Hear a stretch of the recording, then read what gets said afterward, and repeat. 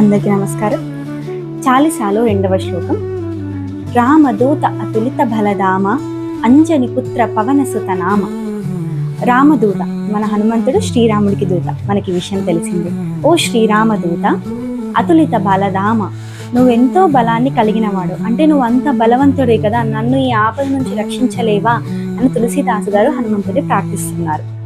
అంజని పుత్ర, అంజనాదేవి పుత్రుడు. హనుమంతుని తల్లిదండ్రులు అంజనాదేవి మరియు కేసరి నందనులు. వారి కుమారుడే శ్రీ హనుమంతుడు.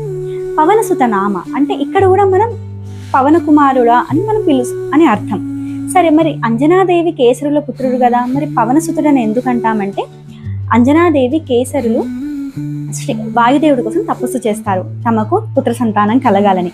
వాయుదేవుని అనుగ్రహంతో పుట్టినవాడే శ్రీ హనుమంతుడు, అందుకే ఆయనకు పవనసుతుడనే నామం కూడా వచ్చింది. ఈ శ్లోకం యొక్క అర్థం: రామదూత అయిన నీవు అంతులేని బలం కలవాడివి, అంజనాదేవి పుత్రుడవు, పవనసుతుడవు, నన్ను కాపాడవయ్యా అని తులసీదాస్ గారు వేడుకుంటున్నారు.